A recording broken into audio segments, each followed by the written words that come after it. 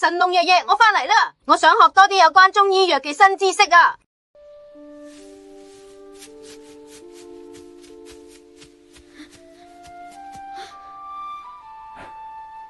你返嚟啦！我哋開始今日記中醫藥知識小課堂啦。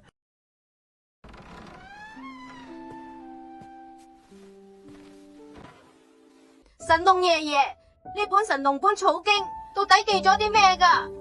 呢本中國第一本藥學書，記載咗我親身嘗過嘅藥材啊！書入邊記咗365種藥，分上中下三品。呢個甘草就係書中嘅上品藥。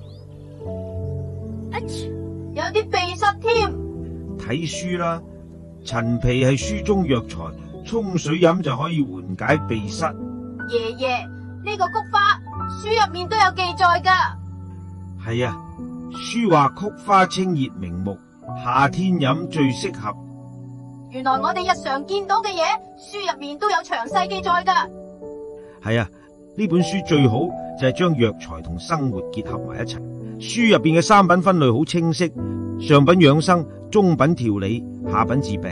神農本草經唔係一本舊書，佢一直喺我哋身邊，指導我哋調理身體。神農本草經，中藥之源，生活指南，代代相傳。